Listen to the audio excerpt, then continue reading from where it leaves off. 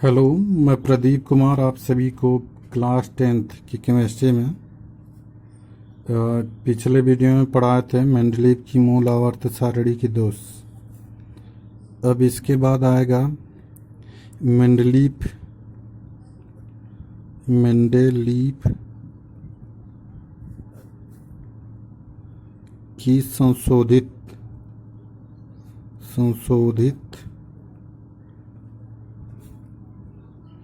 आवर्त सारणी। मेंडलीव की संशोधित आवर्त सारणी, तो यानी कि जो संशोधित आवर्त सारणी इसलिए नाम पड़ा कि जो मूल आवर्त सारणी में कुछ कमियां थी उस कमियों को इसमें दूर किया गया है, इसलिए इसका नाम रखा गया है मेंडलीव की संशोधित आवर्त सारणी। तो इस आवर्त सारणी में जो मूल आवर्त सारणी बनाई गई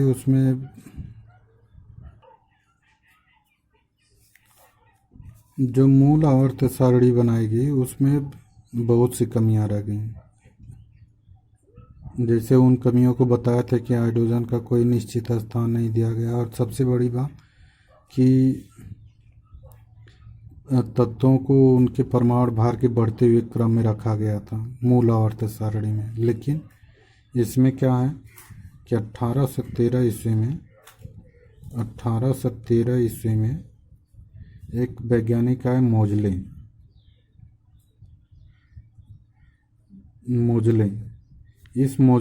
इन्होंने एक वैज्ञानिक थे मोजले, जिन्होंने खोज किया कि तत्वों का मूल लक्षण क्या होता है। परमाणु भार नहीं होता बल्कि परमाणु क्रमांक होता है।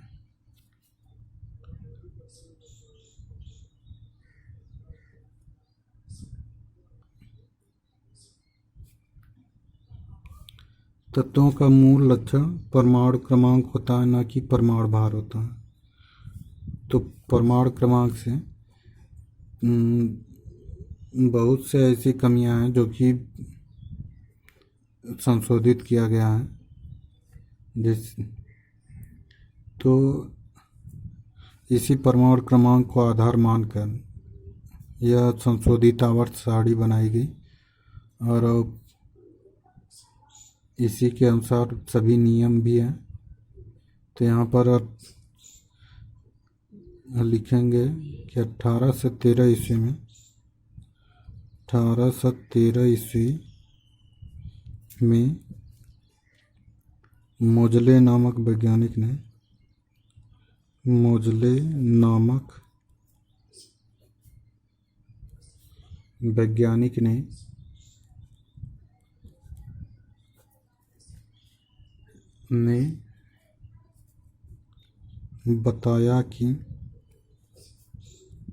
बताया कि तत्वों का मूल लक्षण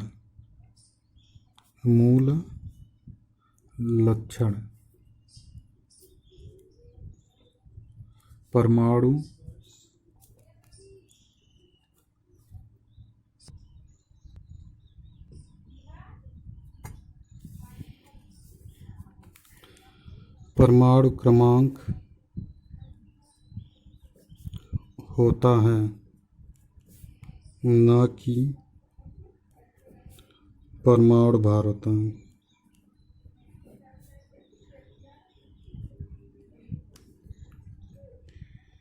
यानी कि मोजले ने बताया कि तत्वों का जो मूल लक्षण होता है वह परमाणु क्रमांक होता है, न कि परमाणु भार।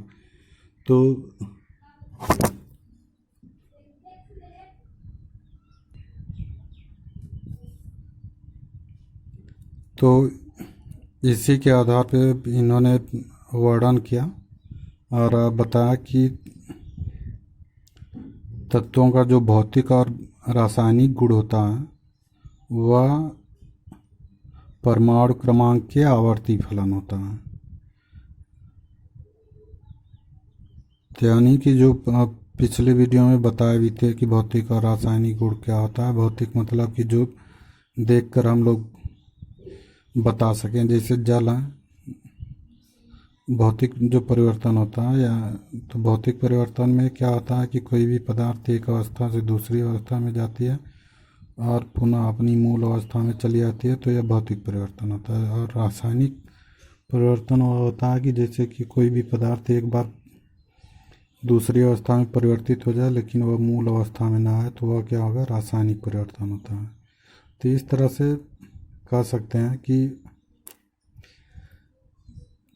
सीधे सीधे कह सकते हैं कि भौतिक गुण वह होता है जो कि उसको देख कर बताया जा सके, और रासायनिक परिवर्तन यानी कि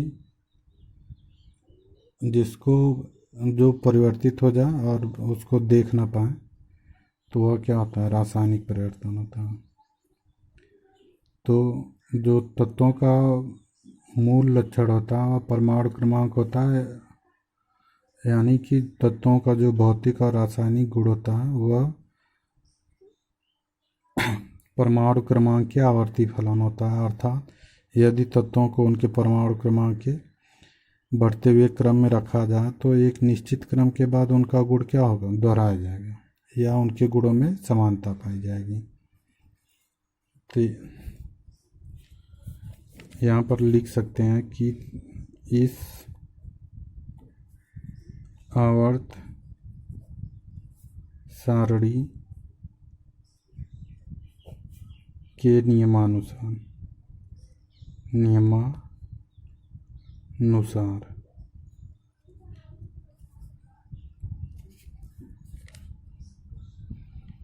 तत्वों का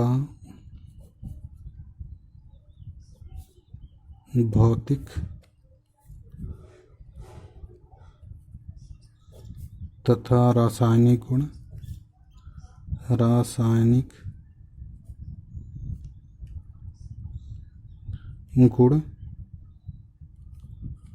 उनके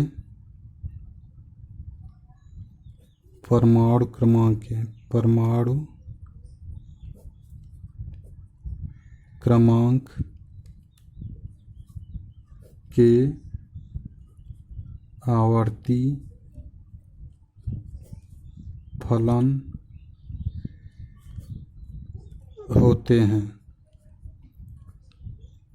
आवर्ती फलन होते हैं, तो यानी कि जो तत्वों का और भौतिक और रासायनिक गुण होता है वह परमाणु क्रमांक के क्या होता है, आवर्ती फलन होता है। आवर्ती मीन्स होता है दोहराना, यानी कि भौतिक और रासायनिक गुणों का दोहराना,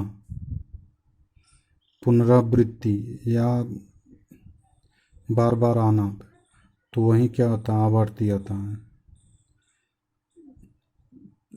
तो यानी कि तत्वों का भौतिक और रासायनिक गुण उनके परमाणु क्रमांक के क्या होता है, आवर्ती फलन होता है।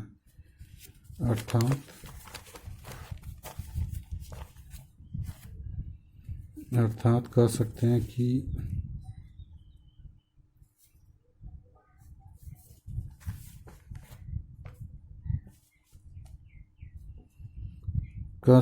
कि अर्थात तत्वों का यदि तत्वों को उनके परमाणु क्रमांक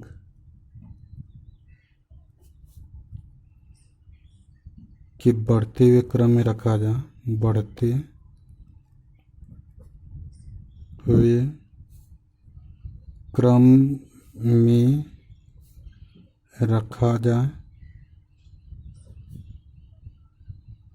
रखा जाए तो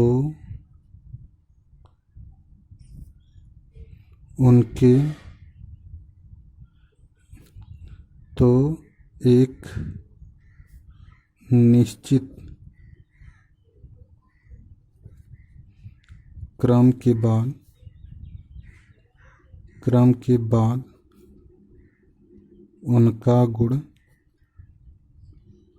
उनका गुण दोहराया दोहराया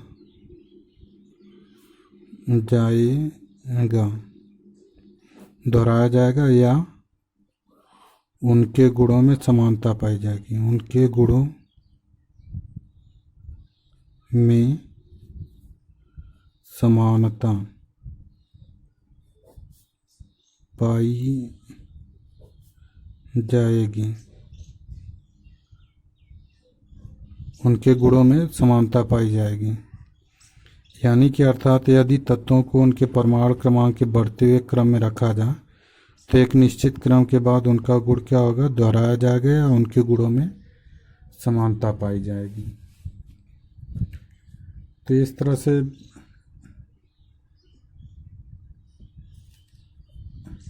अगर जैसे बताया जाए तो यहाँ पर क्रम से lithium, beryllium, boron, carbon, nitrogen, oxygen, fluorine, और इन सभी को उदाहरण में लिखना नहीं है लेकिन बस समझा दे रहा हूँ। जैसे सोडियम है, magnesium, aluminium, silicon, phosphorus, sulphur, chlorine.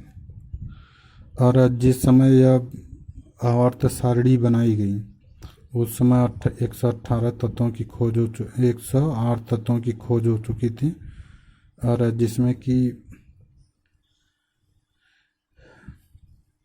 अक्रिय गैसों की खोज हो चुकी थी। इसमें इस आवर्त सारणी में जब यह आवर्त सारणी बनाई गई तब अक्रिय गैसों की भी खोज हो चुकी थी।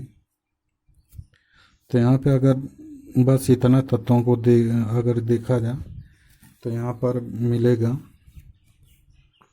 कि इस पर +1 चार्ज होता है, इस पर भी +1 चार्ज होता है, यहाँ पे +2 तो यहाँ पे +2, +3 +3, -4 -4, -3 -3, -2 -2, -1 -1, इस तरह से एक क्रम मिलता गया। यानी कि प्लस प्लस प्लस +2 +2 +2 +3 +3, इस तरह से। यानी कि एक वर्ग में जितने भी तत्व आते हैं वह गुणों में क्या होते हैं, समान होते हैं। तो यहाँ पर जैसे इनके बाहरी कोश में एक एक इलेक्ट्रॉन आएगा तो एक एक इलेक्ट्रॉन आएगा, तो यानी कि इन सभी तत्वों के बाहरी कोश में एक एक इलेक्ट्रॉन आएगा। अगर एक एक इलेक्ट्रॉन त्याग देगा तो ये इस पर +1 इस तरह से चार्ज आएगा, या दो इलेक्ट्रॉन त्यागेगा तो +2 इस तरह से चार्ज आएगा।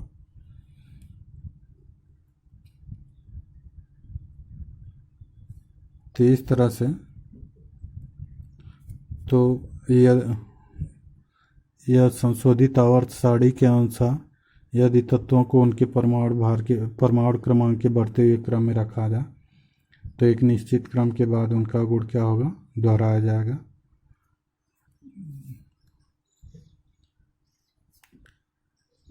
या उनके गुणों में क्या होगा, समानता पाई जाएगी।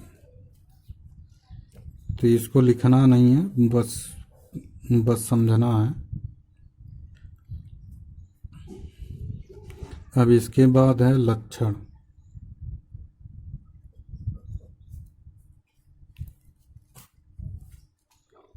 लक्षण में क्या आता है कि सबसे पहला लक्षण तो यही हो जाएगा कि तत्वों को उनके परमाणु क्रमांक के बढ़ते हुए क्रम में रखा गया है। यानी कि तत्वों को उनके परमाणु क्रमांक के बढ़ते हुए क्रम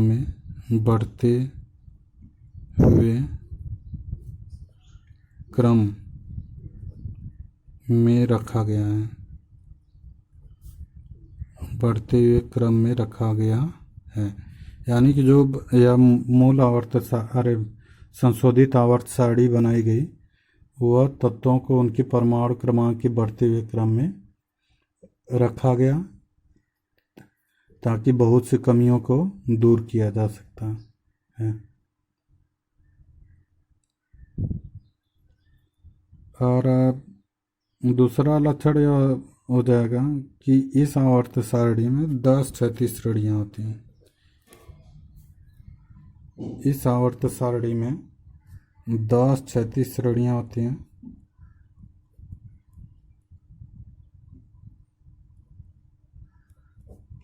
दस क्षैतिज श्रेणियाँ जिनको कि दो भागों में बांटा गया है। एक 9 खड़े कॉलमों में, 9 खड़े कॉलमों में और 7 क्षैतिज कॉलमों में, 10 क्षैतिज कॉलमों में, 10 क्षैतिज कॉलमों में बांटा गया है। इस 9 खड़े कॉलम को वर्ग या समूह कहते हैं, वर्ग या समूह कहते हैं। और इस को क्या कहते हैं? आवर्त कहते हैं।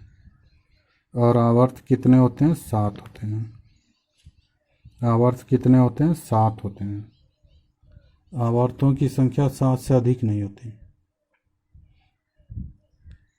और इन्हीं 7 आवर्तों में रखने पर 118 तत्व अभी तक खोजे जा चुके हैं। तो जो मूल आवर्त सारणी बनाई गई, मूल आवर्त सारणी में क्या था कि 10 श्रेणियाँ थी। इन श्रेणियों को 8 खड़े कॉलमों में बांटा गया था। तो यानी कि मूल आवर्त सारणी में 8 वर्ग थे। इसमें क्या है?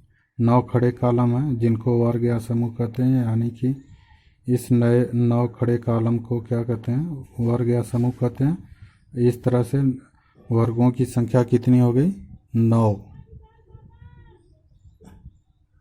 तो 9 वर्ग हो गए और 7 आवर्त हो गए।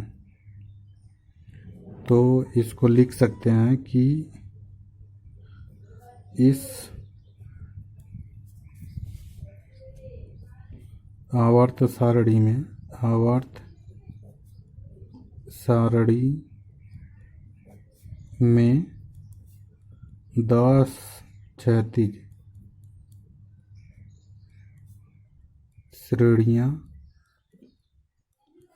10 क्षैतिज श्रेणियाँ हैं जिन्हें 9 खड़े कॉलमों में, 9 खड़े कॉलमों में बांटा गया है,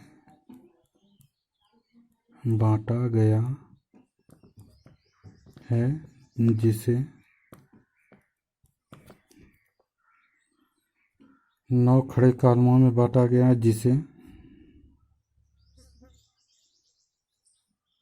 वर्ग या समूह कहते हैं, वर्ग या समूह कहते हैं। तथा 10 क्षैतिज कॉलम होते हैं। 10 क्षैतिज कॉलमों में बांटा गया है, बांटा गया है, जिन्हें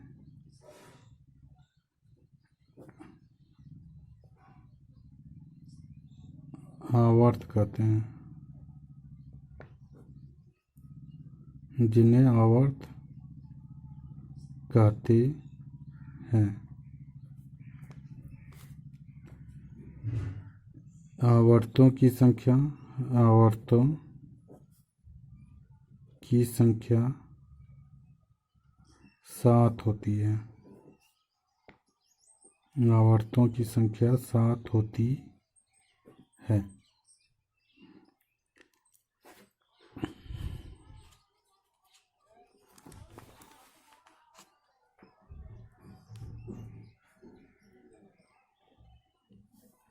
तो आवर्तों की संख्या कितनी होती है? 7 होती है। तो इसी 7 आवर्त और 9 खड़े कॉलम यानी कि 9 वर्गों में बांट दिया गया।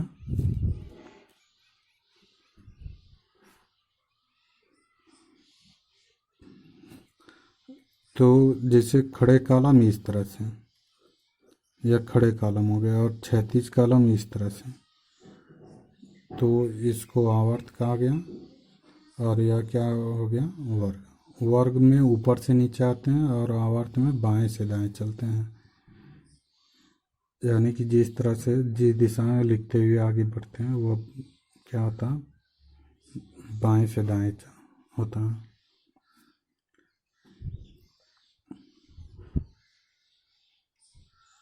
और बाकी लक्षण अगले वीडियो में पढ़ाएंगे। Thank you.